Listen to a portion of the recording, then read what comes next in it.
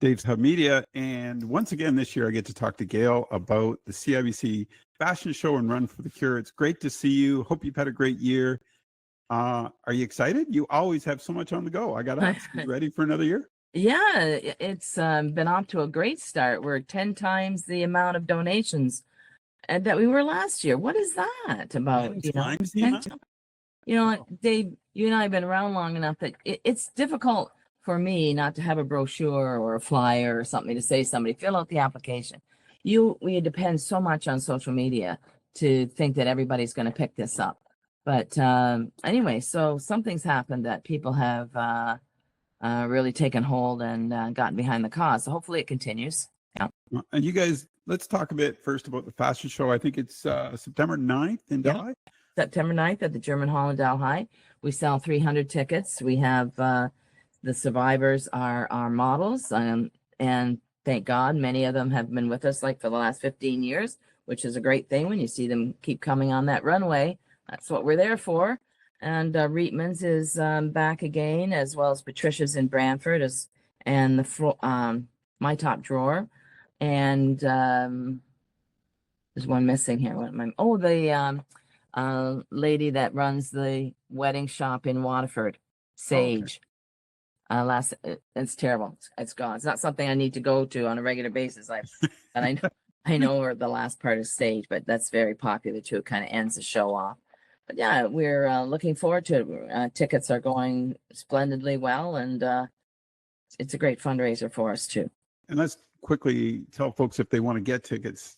You said there's still a few left. So by the time there are still a few left. I'm going to tell you, if you can find 25 tickets, you'd be doing a good job. But go to your local branches, CIBC, in Delhi, in Hagersville, or of course here in Simcoe. If they don't have any tickets left, then they'll contact me. But I've got maybe 10, 15 left here at the house. So yeah, get out there and get them.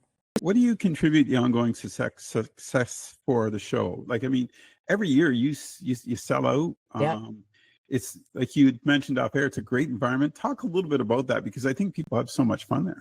Yeah, and one thing I find that's really interesting is there are some women that have come consistently every single year, and I know exactly which chair they're going to sit in.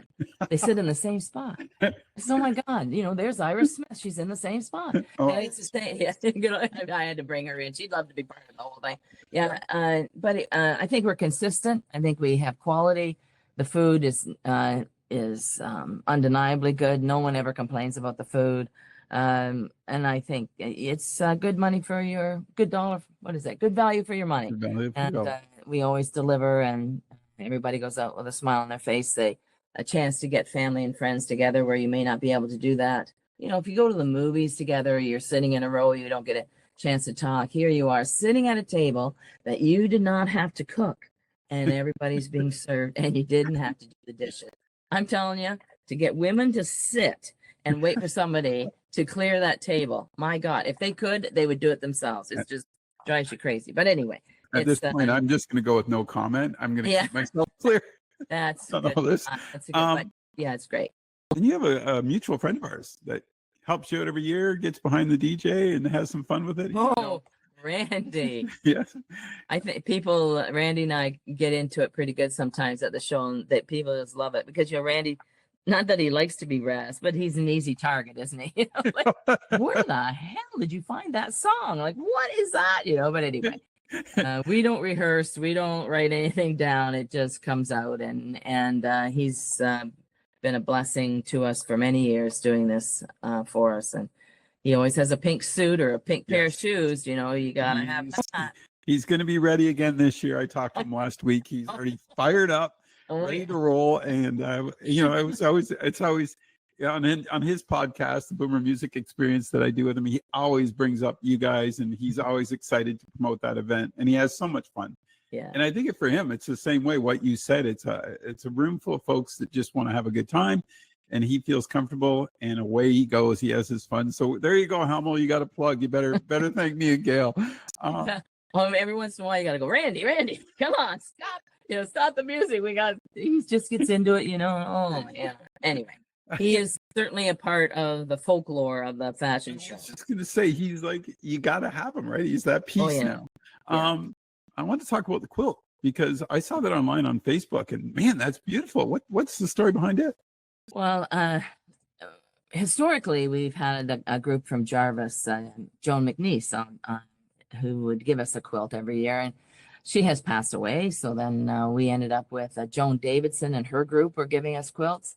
And then during the pandemic, we had quite a few of them because people were doing nothing but that because they couldn't do anything else. And we've run our course with that. And so I reached out to Diane Luke, and she thought she and Nancy Ratz would be able to come up with something. But a lady by the name of Sheila Stewart was the one who created that. Sheila. Yeah, isn't that a beauty?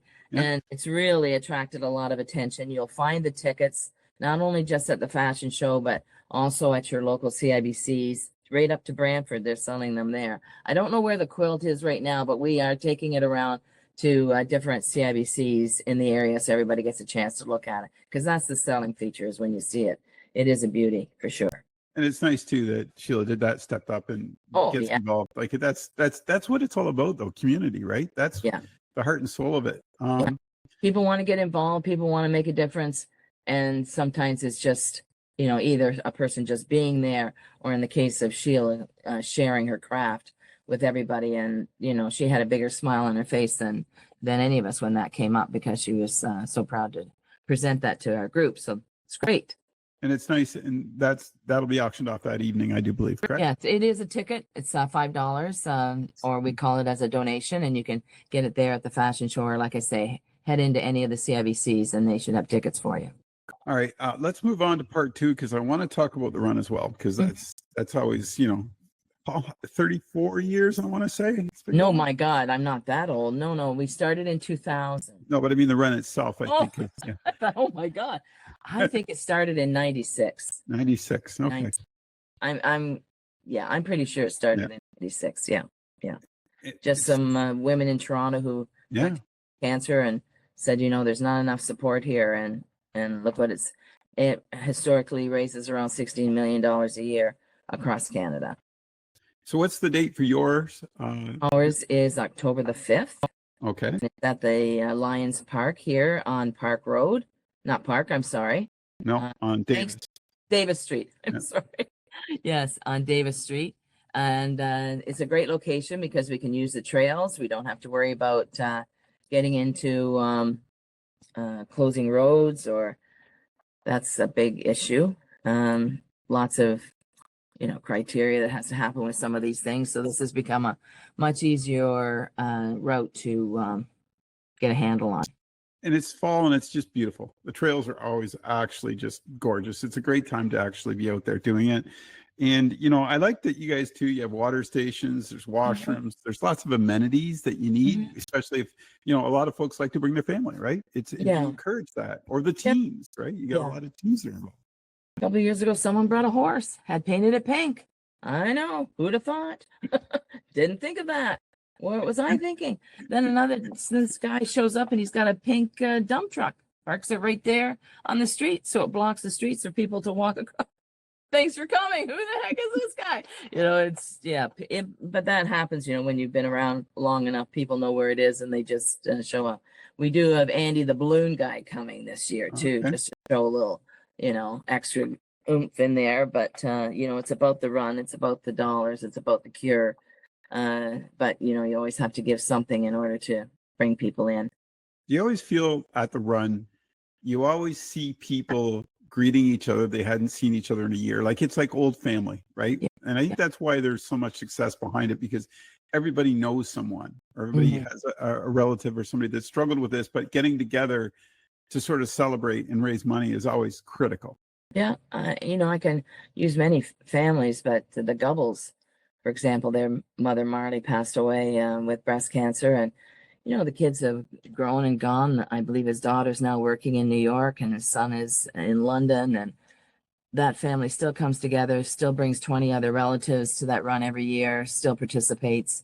And it's a way to remember someone and make the time to remember that person and what they contributed to your life too. But yeah, it's a great way to celebrate if you've beaten it, and it's a way to remember someone who tried. And the other part that we should just touch base on is with all this funding that goes to for cancer, you're seeing the numbers, you're seeing a ton more lives saved than you were 20 years ago. Right. And I think we kind of got to remember that, it's an ongoing process, right? Well, truly, I believe it's the early diagnosis is what's going to cure you. I mean, when you get to the point where you should be having a mammogram, get a mammogram. We have a brand new one here in Simcoe, right here, 10 minutes away. Come on, get your doctor on, call the 1-800 number, book your own appointment, do whatever, but get that early diagnosis. That truly is the key. And, or if you've got history in the family, your doctor should be regularly getting you to have a mammogram anyway. The one thing that years ago, I remember taking my mother-in-law for her cancer treatment in Hamilton. And there was two things that really hit me hard was the amount of people in the lobby waiting and the amount of local people I saw there that day. And it kind of, you went, oh my goodness, like this is, you don't realize it till you're in that facility and you see, and you go, we need to do better. Like we need help, right? And I think that's what you guys are doing. Right. I think the awareness is as much as the cure. I know $10 million goes towards research every year. The rest of it goes out to, especially the communities up north that may not have access to it. I was in New Zealand a year ago, and there was a pink van where they were doing it right there in the parking lot of this mall.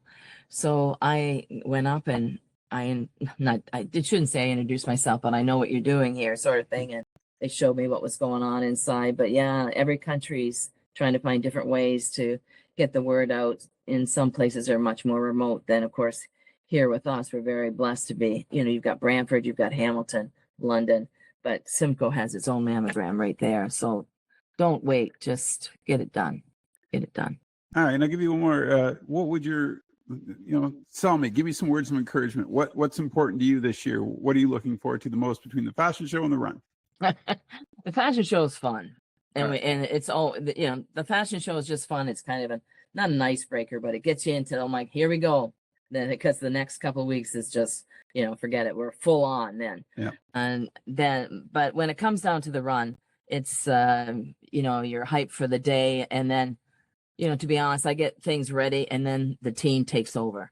So it's somewhat of a different feeling for me that day. But, and we've changed the formats a little bit, but it's just great when people come out and we can show that Simcoe is here. Norfolk County, Haldeman County is here to help find a cure. And historically, I'm hoping this year is going to happen because we are so close.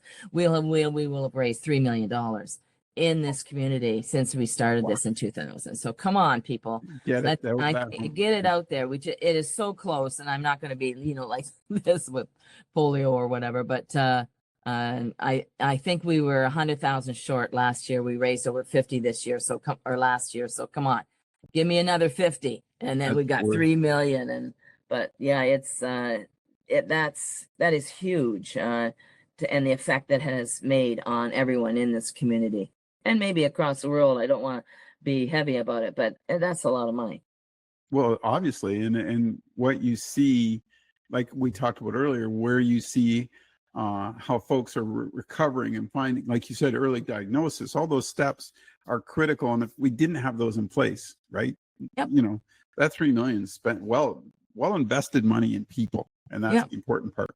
I know that I had gone to the Breast Cancer Foundation when it was that. Now it's just the Cancer Society, which I totally get. Merge your people, don't pay the same thing for the, I get it. But I said, 200 at the time, we had raised $250,000 one year. And so I said, I'd like to give that directly to the hospital to get this mammogram. And they said, but Gail, if you don't know what the mammogram says, what good is it? That's what the research is going to help you with. So that is, I know. I went, okay. So, bricks and mortar and everything's a wonderful thing. But if you don't have the ability to read what those diagnoses behind it. Yeah. Mm-hmm. And it's I mean, I encourage everybody to get out. I mean, obviously the fashion show, there's a few tickets left. You can reach out to CIBC. You can do your teams for the run as well. We didn't talk about that much today, but you guys have had success with that in the past as well. Oh yeah, absolutely. We don't have the big factories like we used to. We used to have the competition between Hydro and Stelco and Esso, and it was massive, crazy kind of money coming through that. But your $5 can make the same amount of difference as someone's 100,000. It is amazing what we can do together. And so let's show them that Simcoe's on the map and we're ready to help out and to find a cure. And you did mention earlier about your team. Just give them a plug, because tireless work, right? Just to make this every year such a successful event. Yeah, and we try to change it up every year too. So and they meet regularly up here on my kitchen table. I'm not as regimented as some teams, but I have people who I know I can call on after all these years to make something happen, or I can find that, or somebody who's very talented, like Rhonda Nix was a teacher at the Simcoe High School, for example. She's come back on side. People change in their life when they have time and when they don't. Well, now it's time for her, so I pulled her back in. And there's Veronica Harris from the CIBC. You've got to keep. I am a CIBC person, so I mean you've got to keep them involved. CIBC contributes. I know at one time it was over $3 million a year. I don't know how much they give now, but very, very much behind that. So if your company is doing something decent, get behind it and promote it. That's Sue Downs is our Facebook person, she's very, very fast, very clever. That is not my bag. So you got to find somebody who can do that. So she's been very generous to come back. Carol Mummery, Heidi Van Dyke, Yes. Survivors. They are with me whenever I need something, or you want to bounce something off, you just kind of let them take a handle on that. But we also have Amber. She was Amber Scoots. Amber Rose. Amber Rose, who's our new team coordinator. She works for CIBC as well. But we brought someone new on the team, also a cancer survivor. So we're very well rounded. We're ready to go, and certainly we should know how to do it by now. And I see that I think Blue Star Forward and Leon's, who sponsors this podcast. Thank you, Leon Simcoe, for doing that. Every year gives us the opportunity to do these podcasts monthly to help charities get the word out. So, that, again, community building, right? It gets back to all that. Well, I just had this idea of trying to get the Suprans off the billboard. Tony been up there long enough. Right? Yeah. I said, you remember Tony? Oh yeah, get that. So got the billboard. But anyway, I thought, why don't we try this? So I went to those two people because, they've helped me out in the past and said, this is how much we need in order to put on a billboard.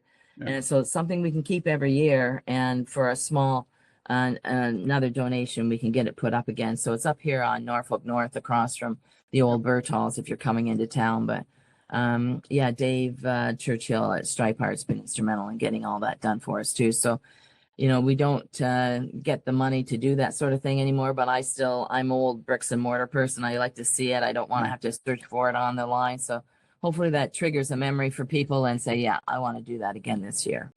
Thanks for doing this today, Gail. It's great to catch up and get all this information out for the CIBC Run for the Cure and the fashion show. The fashion show is September 6th? 9th, sorry. 9th. And the run is Sunday, October 5th. So if you stop by the CIBC, you said Simcoe, Delhi, Hagersville has information.